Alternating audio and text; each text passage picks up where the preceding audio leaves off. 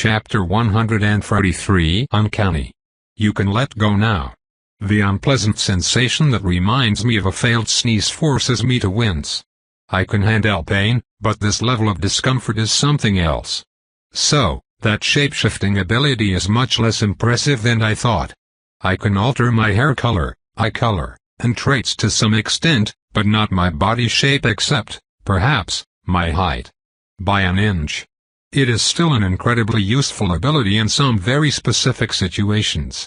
With proper control, I could pass for an entirely different vampire. There are issues, of course, not least the fact that if the knowledge of this ability becomes public, its efficacy will decrease.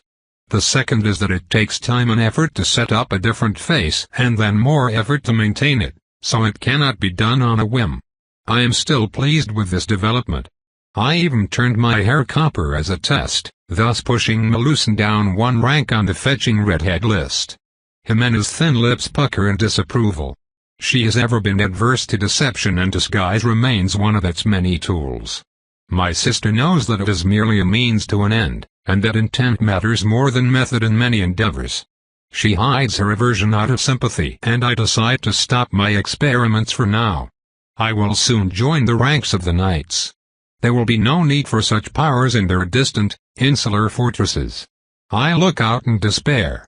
For a while, our train trailed along familiar lines, sometimes stopping at hamlets that were dvorholes in disguise. I enjoyed the company of quite a few local rulers more interested in the novelty of my presence than in my past attachments. You are American. How can one be American? Many of them were old and stuck back in time, served by the same families of mortals for generations.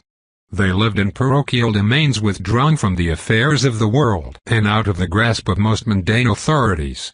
Our pauses remained brief enough to prevent being embroiled in local politics. Although repetitive, I have now come to miss those distractions, as we have spent close to a week without coming across anything larger than a way station. The heart of the Night Order sits at the edge of the Ural, an old and vast mountain range deep in the belly of the Russian Empire.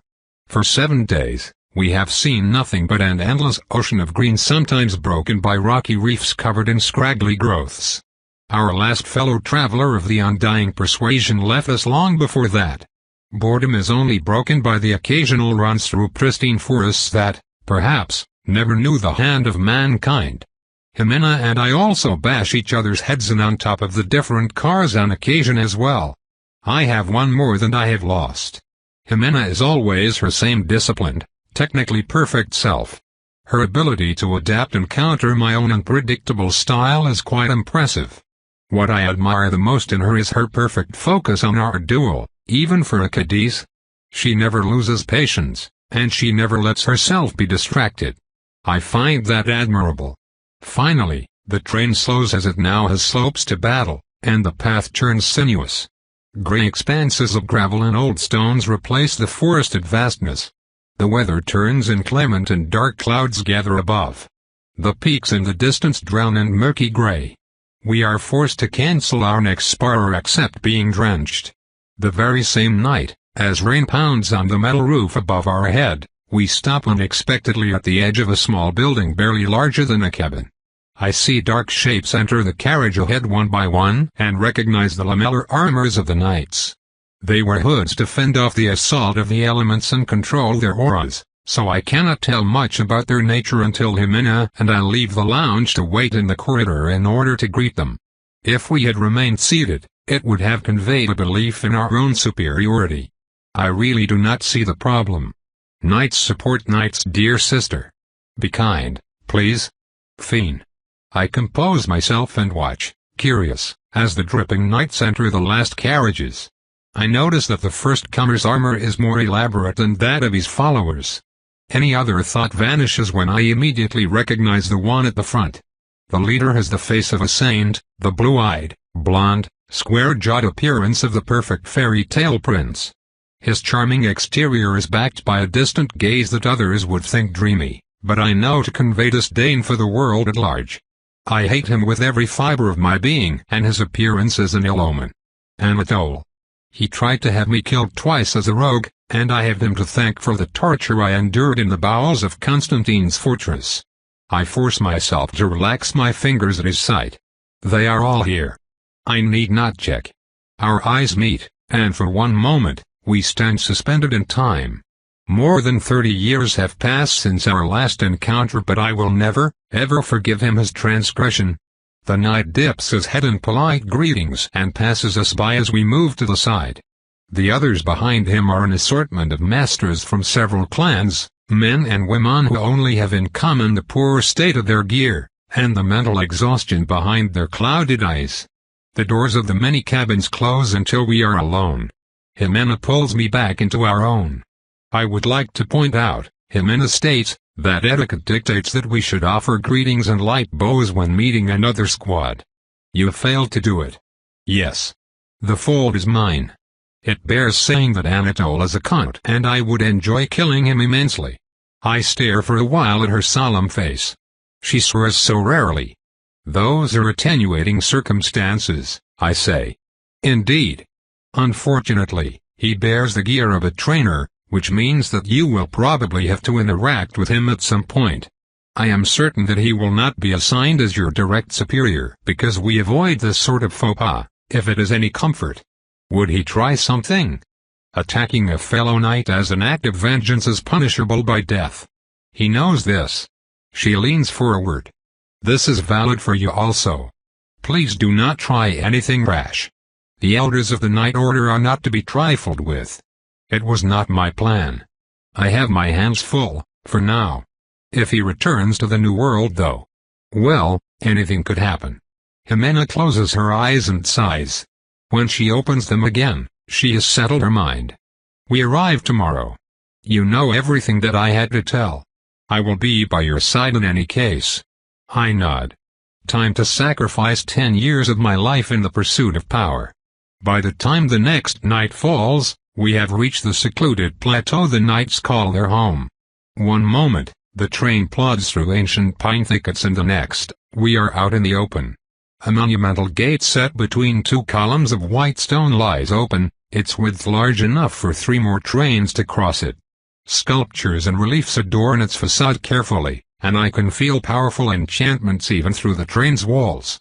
We slow down to a crawl as a lord in heavy armor waves us through, a large sword resting on the ground by his side. His dark gaze follows us as we move in. Now that I see the knight's stronghold for the first time, I admit to being suitably impressed. Welcome to Cloudhaven, Jimena says with a hint of pride. The order went for a minimalist, sober architecture that remains the same throughout the compound. The militaristic structures and clean, regular alleys evoke an army camp that had been abruptly fossilized. The only parallel I can think of are the drawings of the ruins of Pompeii I saw in a review. It does not help that the material is exclusively white stone taken from some unknown quarry. There are quite a few mortals in uniform moving around, but I see very few knights. All present bear an air of discipline that matches their dwelling's sober countenance. None of the buildings reach higher than a few stories either, so that the base remains flat and hard to spot from afar. I consider the location and how poorly equipped it would be against a modern army. Flat stone walls are worth nothing against cannon fire, after all, yet I quickly realize that no modern army will ever get here without trudging through hundreds of miles of poor roads. An angry knights. The train comes to a stop at the end of the rails. The terminus consists of 2 benches as well as a massive stone warehouse even now showing signs of activity. Light is provided by lanterns shining the blue of enchanted spells. We let the knights go first and climb down, leaving our luggage behind. I taste the fresh and crisp air as soon as I step out, cold even at that time of the year. The scent of sap and greenery provides a pleasant undercurrent that reminds me of my own domain far across the ocean. Knight Jimena, Ariane of the Nirari, be welcome to Cloudhaven, home of the knights, a man greets us as we exit. He is built powerfully, possibly a warrior while he was alive. Brown eyes and sandy hair that reach below his cheek give him a scruffy appearance, while the impeccable lamellar armor he wears looks like an aristocratic garb on him. His smile appears genuine too. Salutations to you as well, Jimena L.A. Are you the welcoming committee? Yes. We are ready for the induction. Melody Ariane. We can proceed. Then please, follow me. We move deeper into the complex until we reach the edge of the mountain, and I realize that the knights have dug into it over the centuries. Troglodyte structures, alcoves and covered promenades alternate with natural rock formations sometimes lit by torches. Lone trees and plants of essences that should not survive here flourish, their perfumes enticing. Emanuele walks through an arched passage into a tunnel, then to a massive atrium with a small pond in the middle. Once more, white stone is the norm while a fountain gurgles happily. Rather than majestic, the atmosphere is subdued and intimate. The only person waiting is a lean man with a majestic gray beard and armor. Now that I have seen so many of them, I realize that the American team may have been given basic gear, because those worn by the members here are nothing if not impressive. I believe that they even equal Loth's work, or rather, what Loth managed while in a rush. Said man nods at us with a light smile. He has many scars from his days as a mortal, most of them from blades. He looks like a benevolent master-at-arms, but I am weary. No one will reach prominence in an order dedicated to hunting our own without some measure of success. I realize that, despite my desire to join them, I truly do not see myself as a knight.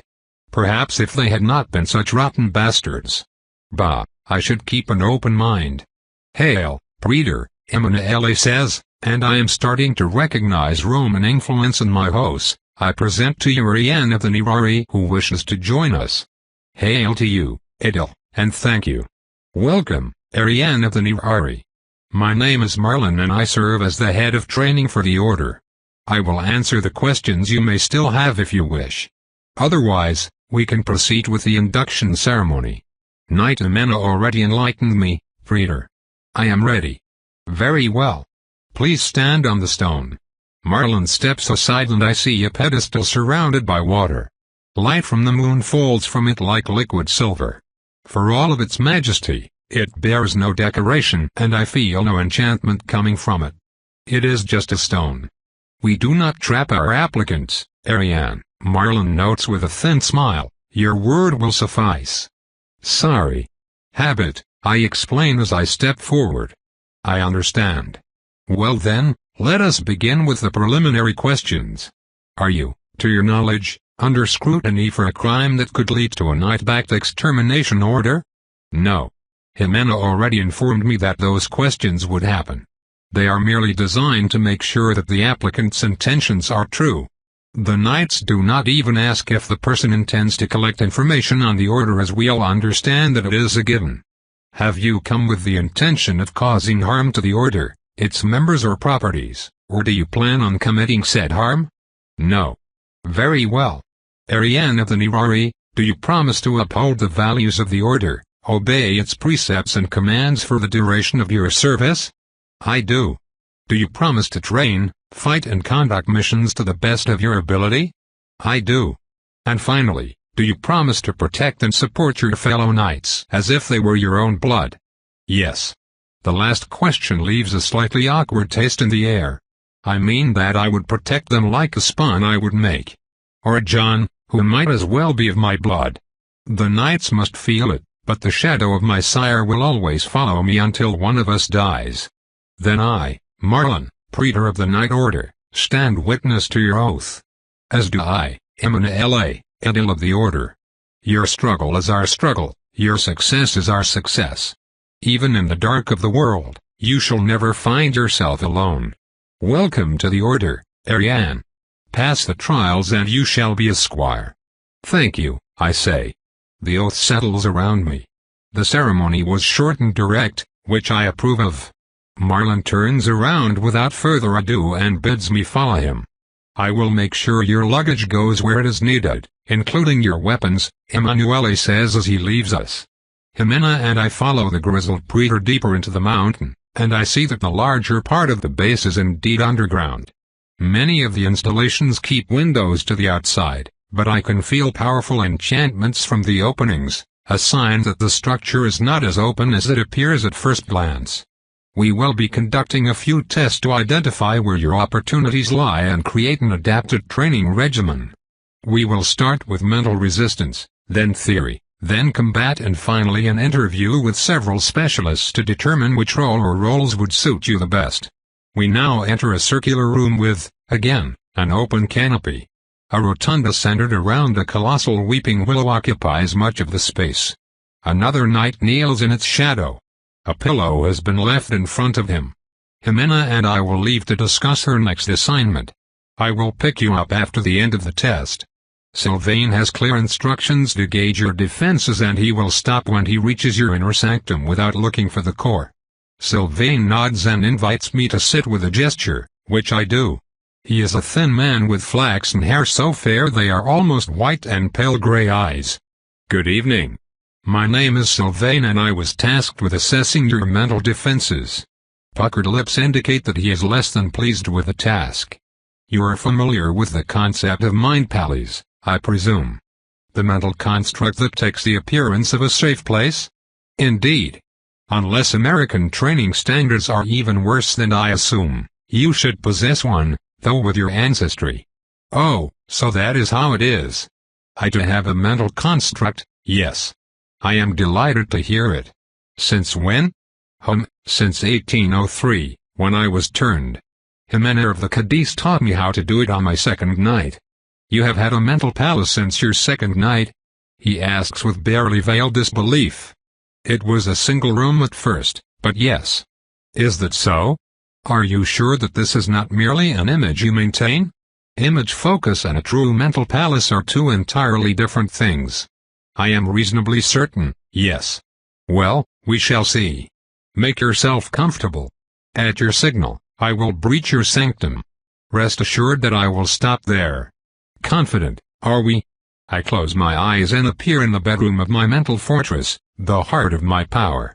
Mementos and paintings line the wall while I rest on a comfortable bed. I stand up and appear at the titanic gates of the castle where my defenses are the most concentrated. In the real world, I push myself to nod. Immediately, something rakes against my outer defenses, the wall of brambles surrounding my mind. I remember a mortal mage attempting it. This is on an entirely different level. The assault persists and soon I feel pain. The foe has concentrated his power to form a lance of sorts, a piercing implement that digs into the wall. My defenses are spread out while his attack is focused. On a whim, I focus and the wall of thorns starts moving, its many roots and branches shifting against each other in a din of cracks and groans. The assault is dispersed. The mage tries again and I realize that I could keep going for a while, blocking him out entirely. But where would be the fun in that? With the slightest effort of will, I allow the defenses to part and a form crashes through the brambles. It is, for a word, monstrous. The vampire mind mage's appearance is that of a savage beast, lithe and powerful with forelimbs surging from a muscular back like featherless wings. He has pale skin over powerful muscles. His appearance reflects his expertise in the field of mind magic. Brambles and thorns from walls lash as he passes by, much more reactive than they were during the last incursion into my mind. I smirk as he stops and lifts a hand to his face when he realizes that the scratch I inflicted is not healing. In his moment of hesitation, countless ropes have surged and taken him in their lethal embrace. The intruder forces his way out, the passive defense is unable to stop him, and yet, for every step forward, they harvest their pound of flesh. The mage loses patience, I can feel it in his demeanor. He moves forward and, instead of following the tortuous path, smashes his way through a wall of greeneries. For a moment, I think that he has gone mad as the half-collapsed vegetation smothers him completely, but he melts forward and reappears a few paces away, some of his wounds closed. He does it a certain number of times and hits a wall. The sanctum of my mind only has one entrance. He lashes at the unyielding stone, but this is no true barrier, just a visualization of the limits of my mind. There is no going through here. To his credit, he realizes it immediately and runs off before the vegetation can crash on him, making his way to the central plaza where most of my defenses await. At first, he crashes through another wall but realizes that it is inefficient as the boughs and branches lash at his flesh. Even the strange healing he uses when he shifts cannot offset the gruesome, patient damage he is subjected to. Eventually, He just speeds through corridors before the thorns can react and finds the first statue, which he mangles in record time. It does not take long for him to find the main square. He warps past the statue of Jimena, but I am directing my defenses personally now, and he appears forward only for Lulsax to bite painfully into his flank. In his anger, he turns and destroys it, but Dalton shoots him in the leg. By the time he has turned, Loth has reformed enough to punch him in the nose. We are not, strictly speaking, fighting with flesh, yet the unexpected strike still catches him off guard and he yowls in anger. He spots my form casually reclining on the top of a fountain and claws at it with unbridled fury. The claws pass through it as if through air. You do know that everything here is me, right? This is just an image, I tell his rabid maw, amused. The distraction costs him, and the largest statue, the one of the herald, charges him with its horn. I taste more of his essence. He is a Roland master, quite powerful. It explains his willingness to persevere instead of backing off and admitting that my defenses are solid. The intruder keeps fighting, but he cannot destroy the statues faster than I can regenerate them, and each of them scores marks in his flesh that he cannot heal easily. Even his peculiar jumps through my defenses are thwarted, as I can just feel where he will appear, and direct the defenses to counter it. Soon, he despairs and rams against the door, ignoring the catastrophic gashes being dug by the defenders. Once, twice. On the third try, I allow the doors to burst open. The mage's triumph turns to horror when a large fist encloses his face with unexpected speed, then a great rapier burning a fiery purple pierces his breast to the hilt. Sinead, flanked by Sevea, sneers before closing the door again. Their essence made me a master. They are, without a doubt, the most powerful beings. They grant me their backing, even if this world stifles them. By comparison, even Constantine is a young upstart. It is too much for the intruder. He warps back several times in quick succession, but the effort is too much and he half collapses on his way to the outer boundary. His crawls stop when thick thorny limbs grab him. Not so fast, I whisper in his ear. 5 minutes later. Was this really necessary? Marlin asks, clearly annoyed. We conducted the test exactly as your examiner made them. If you have any complaints, you should direct them to him. I merely followed instructions, I remark. Said examiner is quite busy lying on the ground with blood pouring from every cavity. Or at least every cavity on his head. I have not checked the others. He will recover. I let him go promptly and without inflicting too much damage. Vampire minds always bounce back quickly, I should know. Jimena shakes her head in disgust, but her gaze is thankfully aimed at the prone form of Sylvain. Marlin? She asks. Yes, well, I would say that you have passed with full marks. Jimena informed us that your combat abilities were significant and that we should prepare adequately, but I did not know that you were a mind mage as well. I am not and have neither taste nor talent for it. My defenses are the result of charm experience and meditation. Charm does not affect other vampires, but mind magic, just like Sylvain uses on me, does. I simply have no reason to train for it, as I would never reach the level required to use it effectively in battle. My time is better spent developing my strength. I will say that the results are quite impressive. I have never seen someone trap another's spirit quite thoroughly.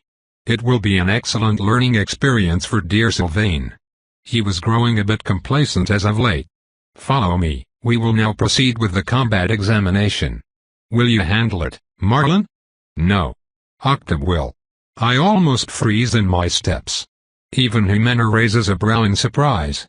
So, you did believe me, she says. He wants to assess you personally, Marlin tells me. You should be honored. It is not every recruit who catches the eye of the triumvirate. The order has 3 founders, 2 of whom are still active. Lorica is a visionary and primarily a diplomat. Octave is the muscle. He is also quite possibly the second deadliest duelist on the planet. Even Malakim may lose to him, I think. In order to meet him, we walk a few more minutes and arrive in a wide sand arena large enough to host 100 fighters. Tiers of seats allow spectators to watch the proceedings. A man with dark close-cropped hair and an impressive muscle structure awaits, wearing nothing but an open shirt and short trousers. He holds in his hand a simple blade with only a few enchantments as he checks it for defects. He lifts his gaze as we arrive and smiles. So yes, Tauran robbed my heart, but this man would have had a chance as well. He is quite manly in a good, solid way. The short hair, honest smile, and stubble give him a soldier's charm. And you must be Ariane. Jimena, it is good to see you as well. Still using justice like a toothpick? I trust that I shall see you later tonight, I have been practicing diligently, Jimena answers without malice. It appears that the two know each other. Excellent. But let us test this new addition to our fine ranks, shall we? You will find your gear in that room, Ariane. Equip yourself and then come face me. Can I use all of it? I ask. How else could I assess you? Octave answers genially. The arena has doors, one of which leads to changing rooms. I find my entire gear stacked up neatly on one table and equip all of it, including the rifle. I can use it as an opening move. I return to the others to find that we have gained a few spectators, including a few of the night trainees who joined us last night. I get a mix of reactions ranging from outrage to disbelief when they see what weapons I have brought. They dare mock my wonderful piece of modern engineering? I will show them. Octave casually walks to the other end of the open ground while Jimena and Marlon leave. Ready when you are, he declares, still smiling.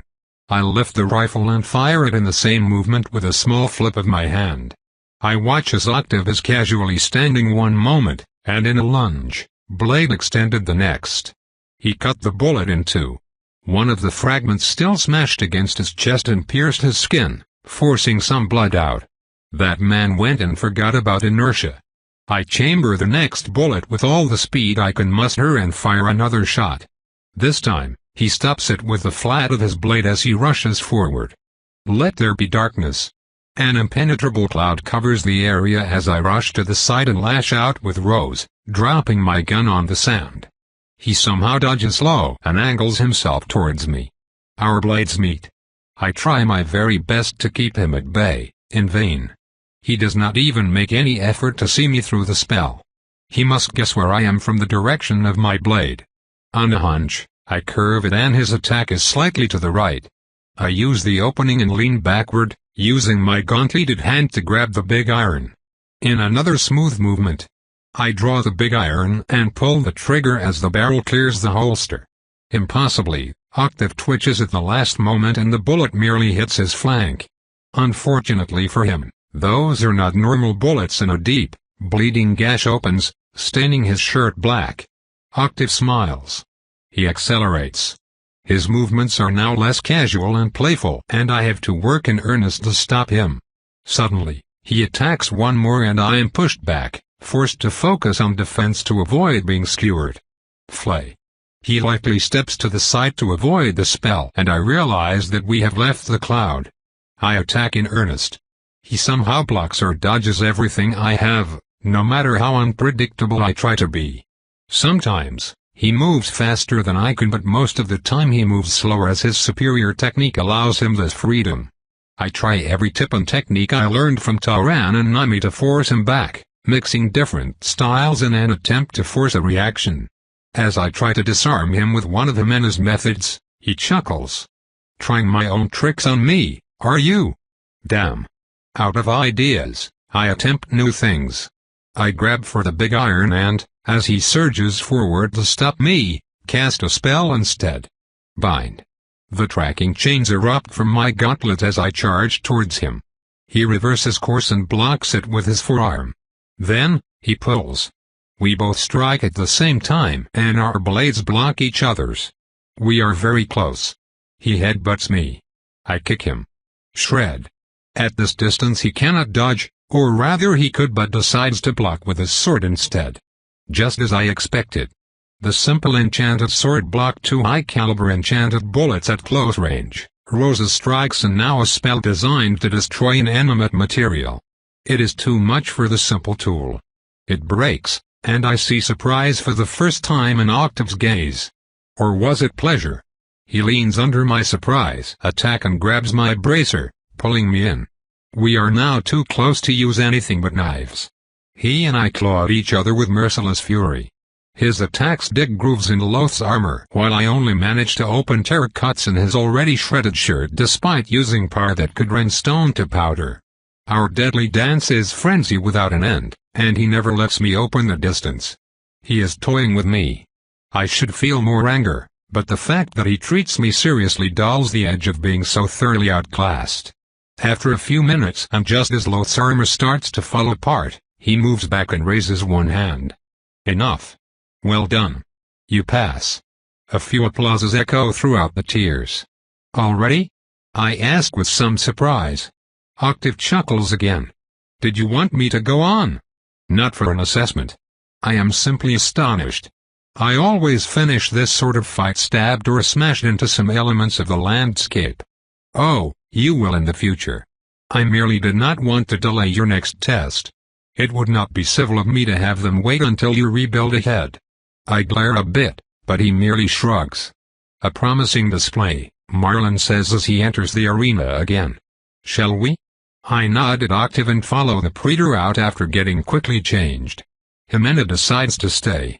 I owe him a spar, she explains. I am led to a small office with a pile of paper on a secondary table, with a pen and ink pot by the side. This will test your theoretical knowledge on a variety of subjects. All knights and knight candidates must choose a specialty, but I was informed that you are an expert in blood magic, magical smithing, and business. I would not go so far. We will test you on those. You may begin whenever you wish. I will be by the side doing paperwork, so please feel free to bother me if you have any questions. This should only take a couple of hours. I sit down and grab the first sheet, now realizing that 60 years after leaving the school bench for good, I am back to answering test questions. How the tables have turned. The first specialty questions are quite basic, merely true or false answers used to determine if the applicant has basic knowledge about their field. I am then asked to answer a few deeper questions, but again, nothing that cannot be answered in a few seconds. The last elements are practical problems that take me half an hour each. The blood magic and smithing questions are extremely basic, but the business problem deals with real estate in several European countries and, though I did my best, I am not convinced that I have been successful. After that, I answer spoken questions from Marlon on bloodline, vampire law, and etiquette. The answers are basic at first, then increase in complexity until I am thoroughly lost. If a vampire from Advercoven is killed, its lord is absent for a month and the suspected culprit is a visiting Lancaster master on a diplomatic mission, who should contact the knights in theory? And who would we depend on for hospitality? I have no idea. I propose that we stop here. Your combat score would be enough for us to admit you, but you also have strong knowledge of key subjects. I suppose that if we were to ask you about the Accords, you would be knowledgeable? I can lawyer it with the best of them. Indeed. I will make sure that you are registered for etiquette lessons, but I believe that the time has come for the final part of the process. 3 of us will discuss where you are the most suited. Come. We move once more, deeper into the heart of the mountain. I notice a lot of unused space and long corridors and empty reception rooms. It is not so much that the fortress is understaffed as it was designed to be labyrinthine to begin with. When prompted, my guide elaborates. All 3 founders were quite taken by the Renaissance movement, despite being older than its inception. In particular, Lorica lived in Venice for a long time. Her passion for neoclassical architecture is well known. As such, she and a few other masters carve the mountains inside in their free time. What you see is the result of decades of patient effort. Quite impressive. It is as Loth said. He and I design weapons while architects design targets. I wisely decide to keep my remark to myself, and it does not take long before we enter a square room lit by blue lanterns with a massive table in its center. 3 tall, comfortable chairs line the opposite side, 2 of them occupied by Octave and a severe-looking woman with brown hair and a ponytail. She has sharp features and a jaded air of veteran teachers. They fall silent as we enter. Marlon sits down immediately and the unknown woman speaks first, her gaze cold and measuring. Greetings, Ariane. My name is Lestra, and I am in charge of the shade training for new and returning knights. Are you familiar with the roles? Jimena told me about them. Yes. The Vanguard is the fighter and assassin, the Shade is the scout and spy, the Vestal is the mage and strategist, and the Voice is the leader and representative. Accurate. Good. As you can imagine, many of the roles overlap. For example, a well-trained Shade should be a perfect assassin. More importantly, every member of a knight squad should be capable of playing any role satisfactorily. In particular, we do not deploy any knight who cannot perform well in combat situations for obvious reasons. Now, what role do you think you could play? Oh, I did not expect that they would let me choose. I do not think that I would be suitable as a Vestal. My knowledge of magic remains modest and I favor direct applications for the spells I practice.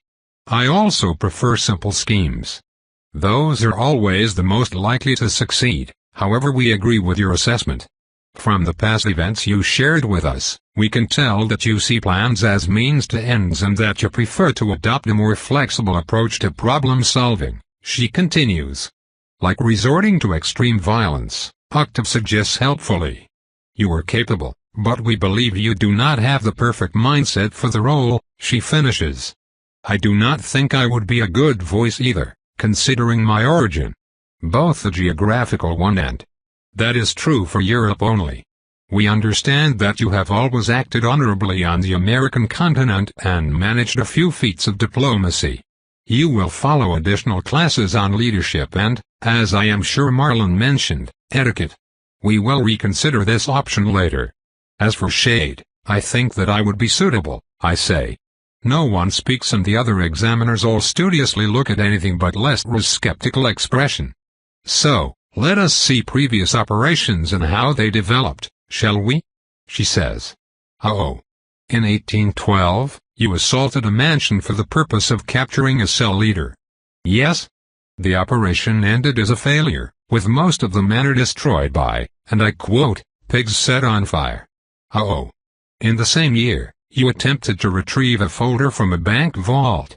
You ended up escaping through the back door after threatening an employee with a gun, then ran across half of Charleston with a Cadiz lord in tow, following which you jumped into the harbor to escape pursuit. The documents were intact. You thwarted the ascendancy attempt to trap you by opening fire on the American army with Verga field artillery. Hey, it worked. Later, your information gathering ended up in a pirate ship-to-ship cannon duel, which we won. You escaped capture in Marquette 20 years later by building an army and conducting a large-scale battle, again, with the liberal use of bombardment. I prefer the term heavy fire support. Ending in a duel that destroyed much of a street and catapulted an anvil through a general goods store. Technically, I used a spear. The blade just happened to embed itself in an anvil. Is that so? Moving on. You set a hostile compound on fire while still in said compound, with the Dver's only soulsmith present, 3 weeks after arriving in Boston. There was a godling, so all bets are off. Moving on, you solved the werewolf problem by killing a third of the hostile pack with powder charges and an archmage-level spell, then led the survivors in a frontal charge against their tyrannical overlord. I am starting to see a pattern here. Your expedition to Europe for the Rosenthal ended up in yet another large-scale battle against the weakened lord, which you killed. Your visit to the Dvergerland ended in a duel. You participated in the Mask Accords War and escaped encirclement with the clever use of naval artillery. Need I go on? That will not be necessary, I reply. I believe that I understood your message. I do, however, salute your efficacy as a vanguard. All in agreement? She asks. Vanguard, Marlon says. Vanguard for sure, Octave adds. It is done. Ariane shall join the order as a squire and vanguard trainee. My congratulations. Please refrain from using explosives within the complex. No promises. Chapter 144. After the interview is done, Marlon leads me farther into the complex and up the mountain. Just as before, many of the installations remain close to the surface so that gardens and promenades abound. I am surprised to see some of the tree essences, I remark, They should not survive here. The Arenwald who joined our ranks maintain our more delicate specimen.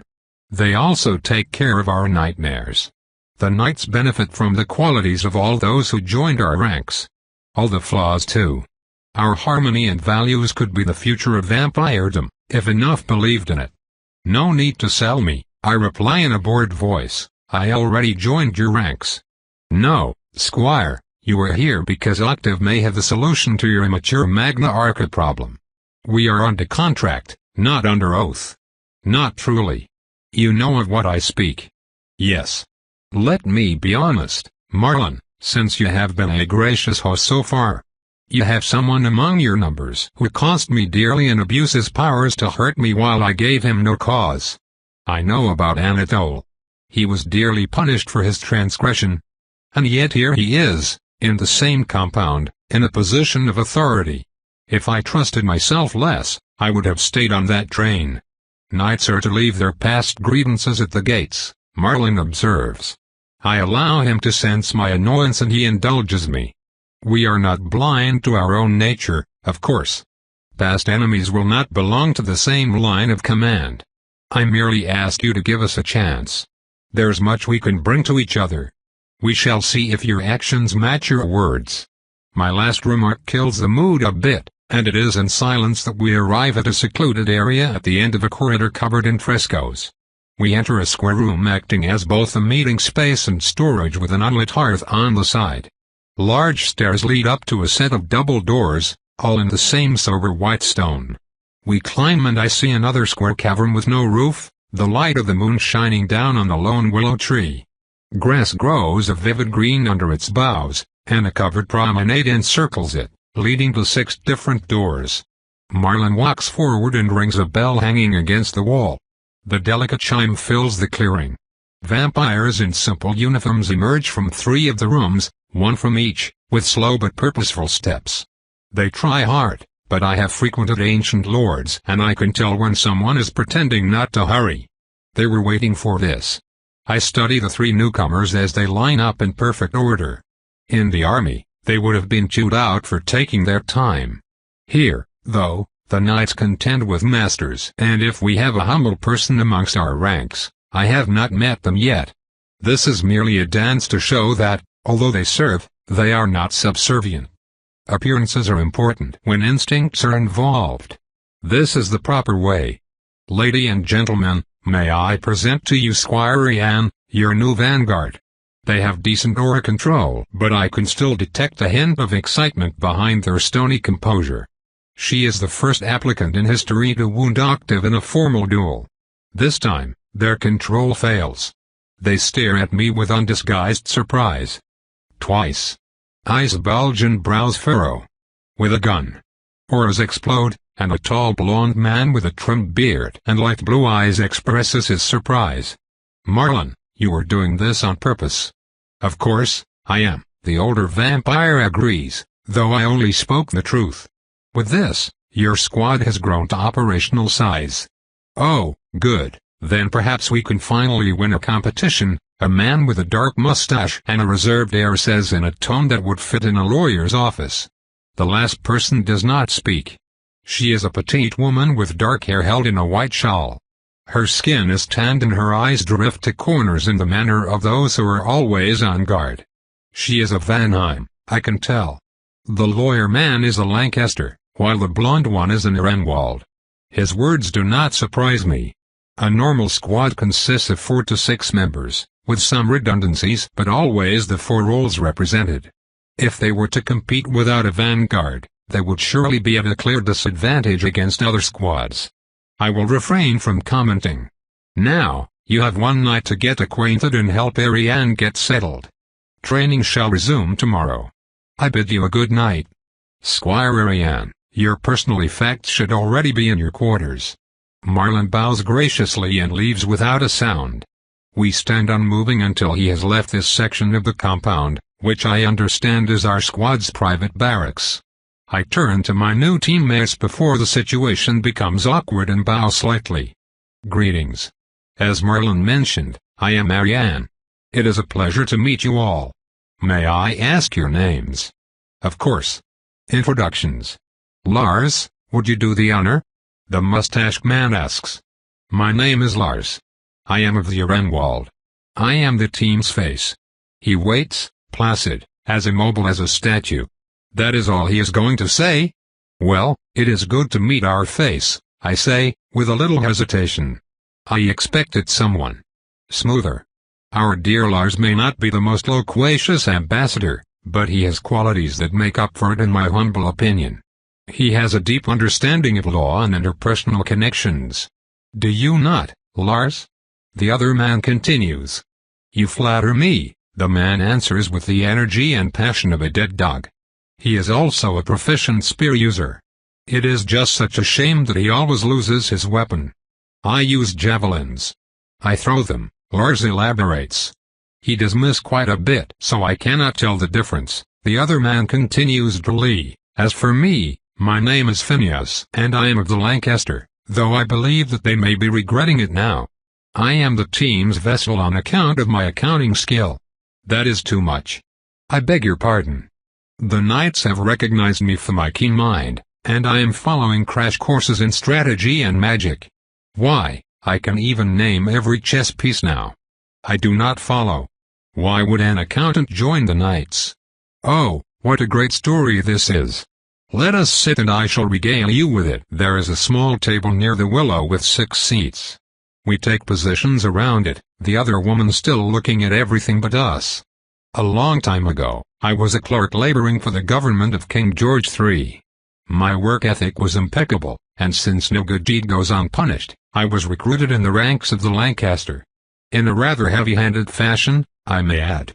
It appears to be the common Lancaster policy, I say in agreement. Indeed.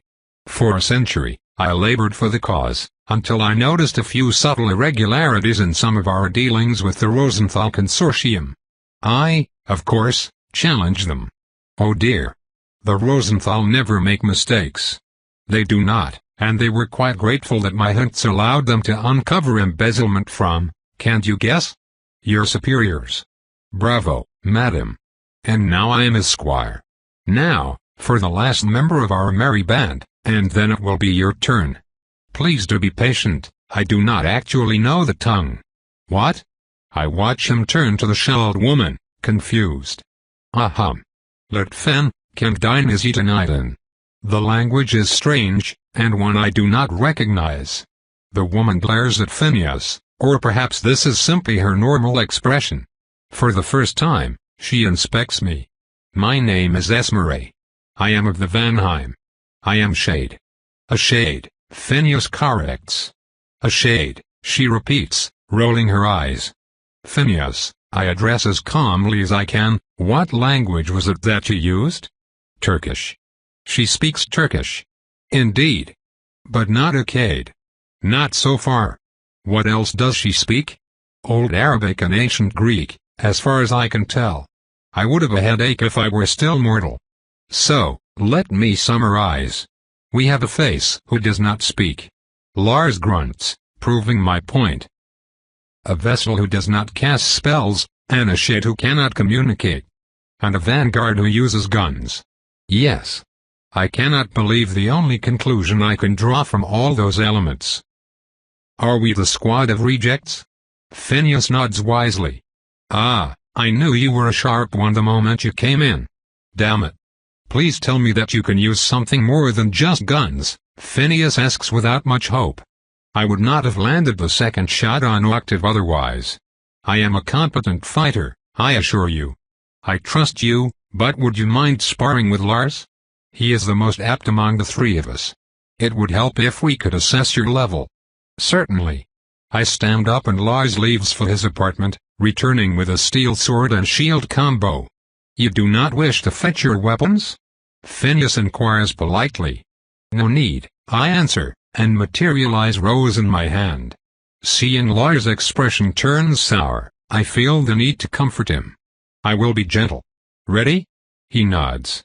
An instant later, Rose shreds the upper top of his shield to reveal his shocked face.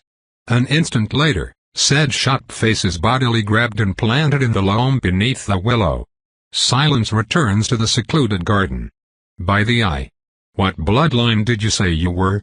One of the natalists? No, I am an Irari. They only frown. It appears that though Marland warned them of my arrival, he left me to introduce myself properly. I do not recall. Wait. Could it be? I thought that you were all insane. I lucked out. And you surprise me. I assumed that our existence was common knowledge. It is not. Or rather, it should be, but we have other matters to focus on, such as the stock market and who we intend to backstab next. Unless. I remember mentions of a dangerous female fighter who stood side by side with lords and ladies during the last conflict. Aha, my reputation precedes me. So is it true, are you one of the only vampires in existence who can use fire? No, I reluctantly admit, the person you heard of would be Melusan of the Lancaster. Ugh. My apologies for this lapse in my knowledge. Since we are in the same team, we will have plenty of opportunities to get to know each other. Lars grunts in acknowledgement. As for Esmeralda, she grows wool-fierce. I watch in amazement as a pair of long, upward, fluffy parts pop comically out of her shawl. They twitch as she directs them to the door. I point at them, speechless. The two men wince. We can do that? By the Watcher. Then Esmeralda squeals as I try to inspect the objects of my fascination, struggling against my overwhelming strength.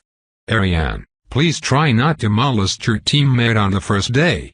Someone implores, but I do not care. Wolf-ears. I have to try her essence. In the end, the rest of the team strongly objects to a sampling, despite my assurances that it would not be fatal, on account of propriety, and she cannot give consent and other such details that, though important, should be considered as secondary to wolf-ears. Alas! I soon leave the common area to settle down in my own personal apartments. They are Spartan, according to vampire standards, but compared to what any military provides, they are positively princely. We have a bathing area with hot running water, a study room, a bed large enough to host the full team, and a walk-in closet. The quarters are sober yet cozy and intimate, with a single major difference compared to what I am used to: we are in charge of our own cleanliness. I do not think that I have cleaned my own bedroom in decades. Rather than complaining about it, I simply remember the methods I was taught as a human. The knights are still an armed force and, like all good armed forces, they require discipline. I expect fixed training hours and strict commands. Once more, the powers that be dance a delicate jig between control and freedom. I believe that only our willingness to be here and the oaths we took permit them to order us around. Otherwise, we would be too prickly. I quickly unpack everything, including my armor, which I will not use, and change into one of the provided uniforms. They are almost my size, only a little tight around the lower back. I will have to ask for adjustment or risk them cracking at an inopportune time. A request to Phineas, an immortal seamstress, comes to pick them up. Next, Lars guides me through the common areas. This section of the underground complex is dedicated to training. Besides the lodgings for 3 other teams, which are off-limits to us unless specifically invited, we have a sparring hall, a library, and a workshop with some of the most advanced equipment I have ever seen, burger facilities included. The library also contains a spellbook section that I promised to myself that I will visit later, if I can make it past its stone-faced custodian. It takes the rest of the night to see everything, and I return before dawn to realize the extent of the protection in place. Vast slabs of stone descend shortly before daylight to isolate every exit against anything but the deadliest of explosives. Even then, all dwellings are deep underground under several redundant layers of magical and mundane protection. They are also isolated from each other, so that anyone trying to take advantage of it would have to progress one chamber at a time. I inspect the enchantments themselves and realize that they are all isolated and self-contained. No one could force the gates to open from the outside because there is no lock to fiddle with. The path will remain closed come hell or high water. Training resumes the next day. For the first week, I am given more comprehensive tests by the individual instructors in charge of various disciplines. There are only 20 squires currently training here, which is apparently quite a bit above average, and around 10 specialized instructors.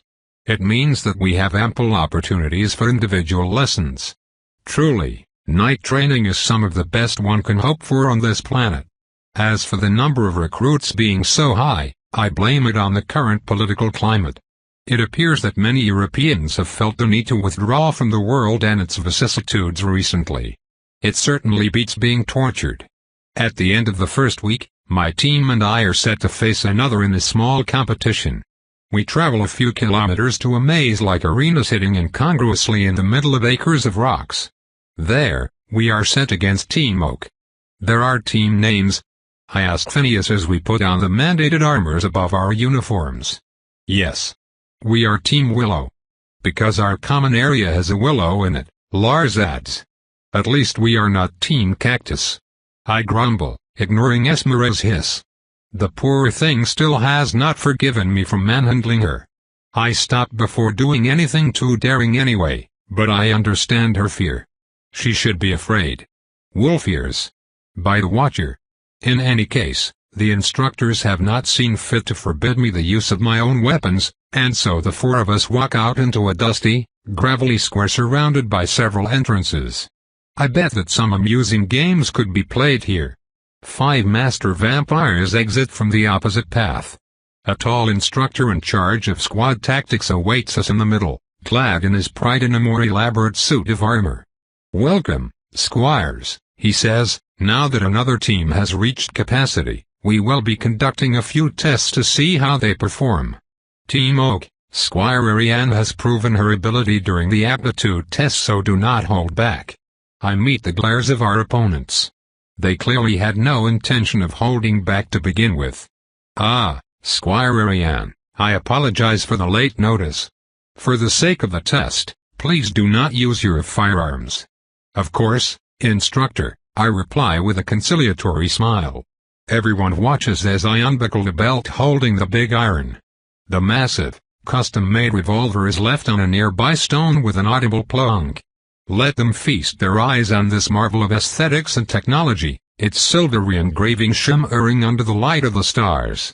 I even have a matching purse, but sadly no opportunity to wear them together. Now, both teams will salute. We bow to our vis-a-vis. Please go to your respective side of the arena. You may engage on my mark. Ready? We do, of course, have a strategy. The strategy is that, since my team and I have not trained together yet, they would support each other and let me go to town. Fight. I sprint forward and extend Rose, sliding her under the nearest opponent's kite shield to bite into his foot. Bind. 5 chains erupt from my left hand. They latch on a surprised spear user who yelps. Her confusion increases when I use my Nautilus essence to smash her into her wounded partner.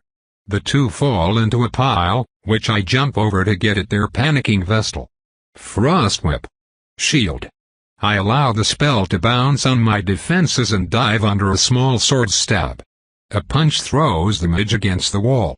Immediately, I duck under an axe blow from one of the foes who came to aid his flailing allies, and sweep a foot under his. Oh, hers. I had not realized that the axe user was a powerfully built woman. She manages to keep her balance by dancing back and throws a counter-attack which I easily deflect.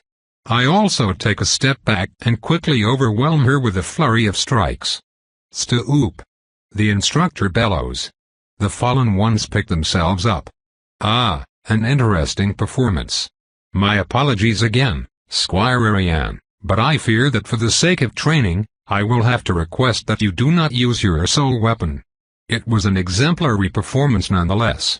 Again, I do not begrudge his attempt to limit me. In fact, I relish the challenge. The poor Oak team has done nothing to provoke me, yet I fear that tonight I must make an example out of them. After all, I cannot force myself to lose. I listen as the instructor offers feedback to both teams, crediting the axe woman for heading back but castigating the spear wielder for not watching her sides.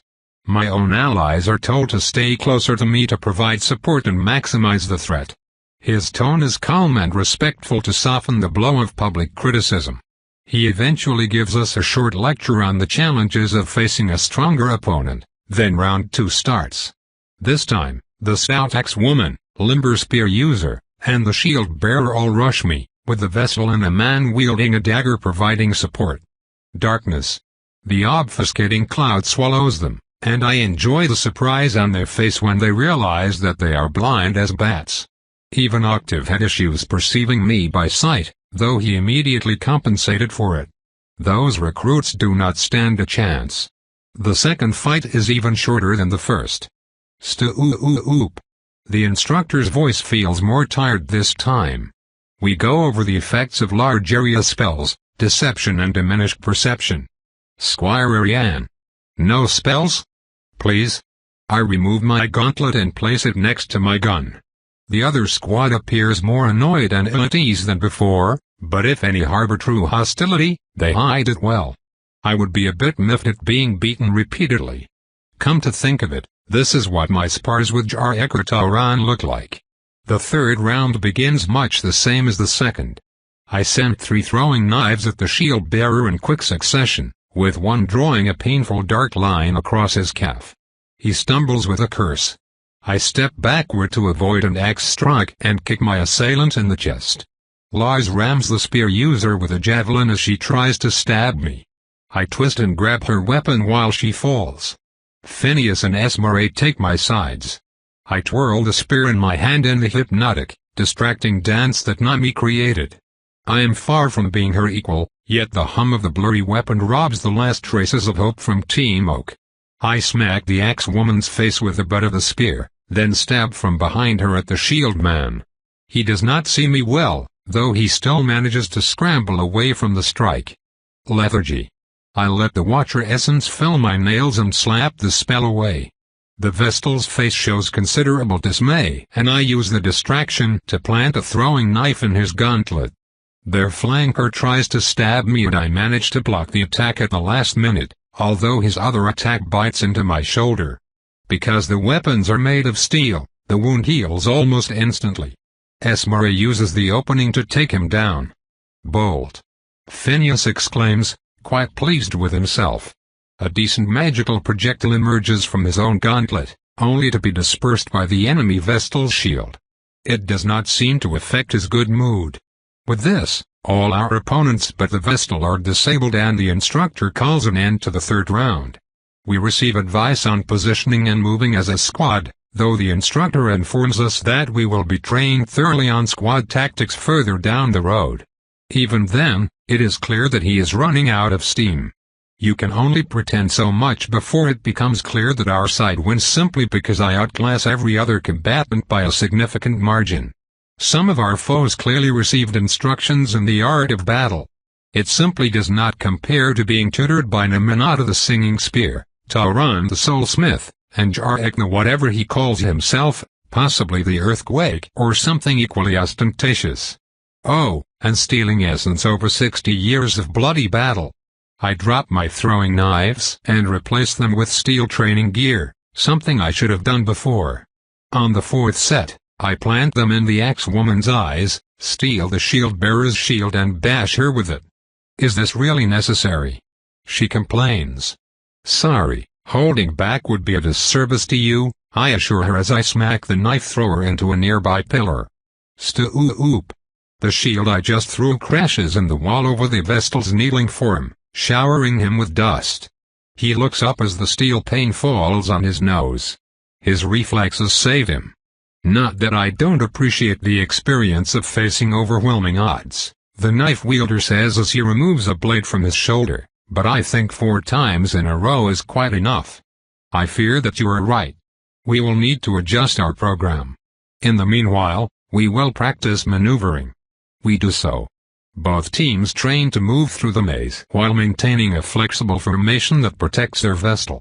We are supposed to keep an eye on the other formation without engaging. The dance feels forced and contrived. We even have an accident when Esmeralda, who did not perfectly understand the nature of the exercise, throws a stone at a complaining Oak team member. I remember the smooth cooperation of the American Knights and only now realize how much effort went into reaching their level of performance. I suspect that working with vampires from different bloodlines does not come naturally. The training ends an hour later, and we move back to attend our respective classes. Phineas boasts that he managed to cast a spell in a combat situation. He deems it encouraging progress. I discover that he was an untrained mage before he died, but his sire did not see it fit to give him a formation, which I find unbelievable. Lars is to study eloquence, and Esmeralda, arcade. I can only assume that it is a recent development since the results have yet to show at all. As for me, I find myself facing Octave in a secluded grove.